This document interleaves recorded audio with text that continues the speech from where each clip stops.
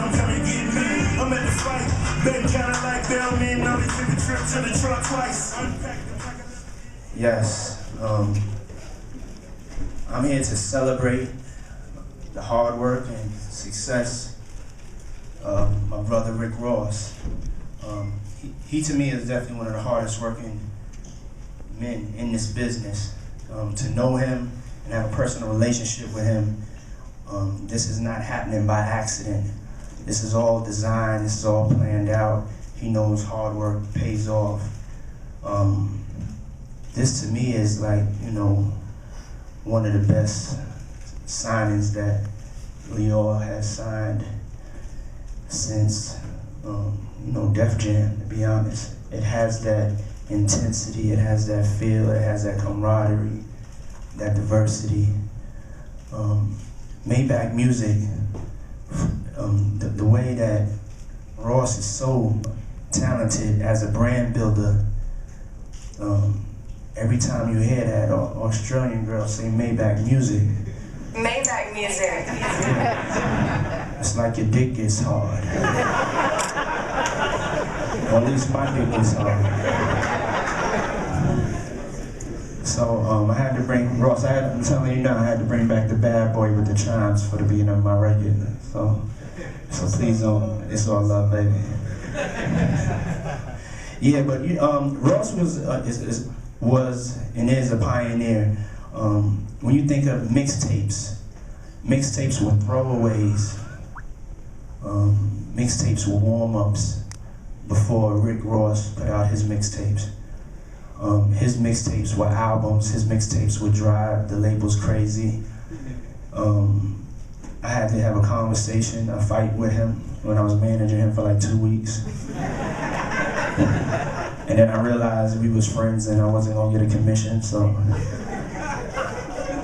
I kept managing him because I love him and kept consulting him and all that. But, so we had our first manager, you know, artist fight, because he was actually going to keep BMF on the mixtape and not release it. And that's how much belief he has in his ability to make another hot record. He's like, I'll make another one of those. You know what I'm saying? And I was like, well, what about I'm Not a Star? You know, and all the other great records. His stuff is so incredible. And then this last mixtape that came out, it just set the tone and it changed the game. Now cats put out mixtapes that are better than their albums.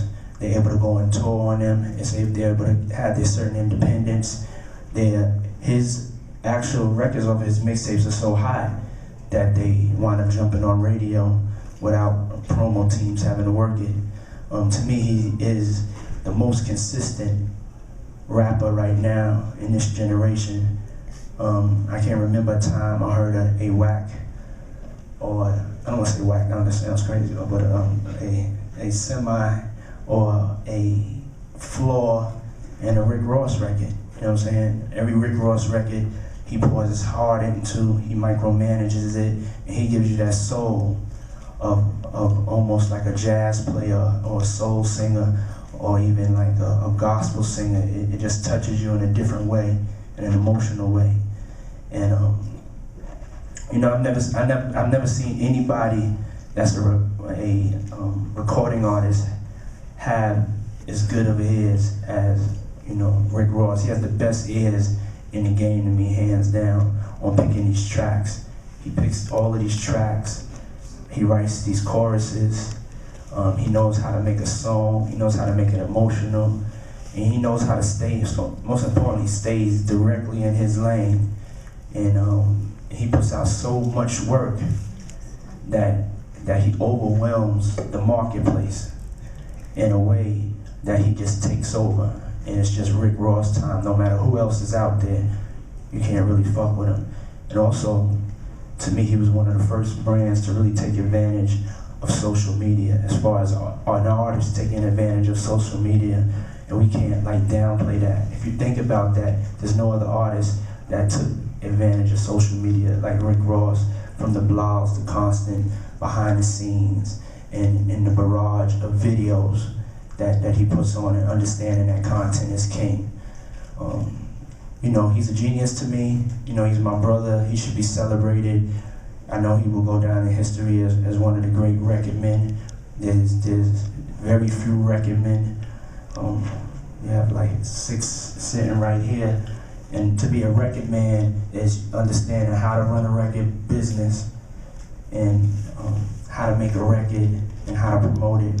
And he's come up with alternative, unorthodox ways that has taught this generation how they can take the power into their own hands. So now, when you have a weekend putting out 3 mixtapes, I have to feel like Rick Ross influenced that. And when you have people putting out mixtapes and also shooting various videos and off to their own budgets, and then going on tour and getting $300,000 for Coachella without even a record deal, that came from, you know, Rick Ross and what he started. So I'm just proud of him. You know, I didn't mean to be long-winded, but it would be unjust to not break down what impresses me about my brother. You know what I'm saying? I want to say it while he's here. I want to say it while he's in my face and in this room. I respect him. I'm proud of him. I feel he's one of the great ones. And, you know, I remember I got a lot of flack. You know what I'm saying? When we started working together, we both just got a lot of flack. People didn't understand our relationship, but I knew you was a great one. You know what I'm saying? And I didn't give a fuck. You know what I'm saying? What anybody else was thinking and saying. I knew you was a great one. And now they all on your dick. Maybach music. And I'm gonna close and make it short and brief with this last thing. Rick Ross was the first artist brand that we chose with Ciroc when we were just starting out. We moved from 40,000 cases to 2 million cases with the help of Rick Ross. He was the first person that we signed.